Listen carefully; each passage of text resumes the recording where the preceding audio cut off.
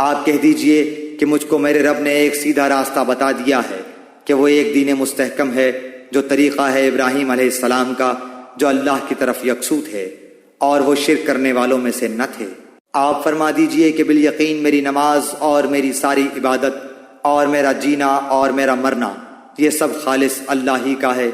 جو سارے جہان کا مالک ہے، اس کا کوئی شریک نہیں، اور مجھ کو اسی کا حکم ہوا ہے اور میں سب ماننے والوں میں سے پہلا ہوں۔ آپ فرما دیجئے کہ کیا میں اللہ کے سوا کسی اور کو رب بنانے کے لیے تلاش کروں، حالانکہ وہ مالک ہے ہر چیز کا، اور جو شخص بھی کوئی عمل کرتا ہے وہ اسی پر رہتا ہے،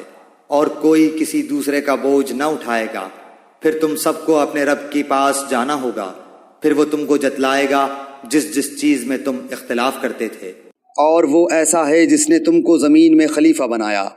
اور ایک کا دوسرے پر رتبہ بڑھایا، تاکہ تم کو آزمائے ان چیزوں میں جو تم کو دی ہیں۔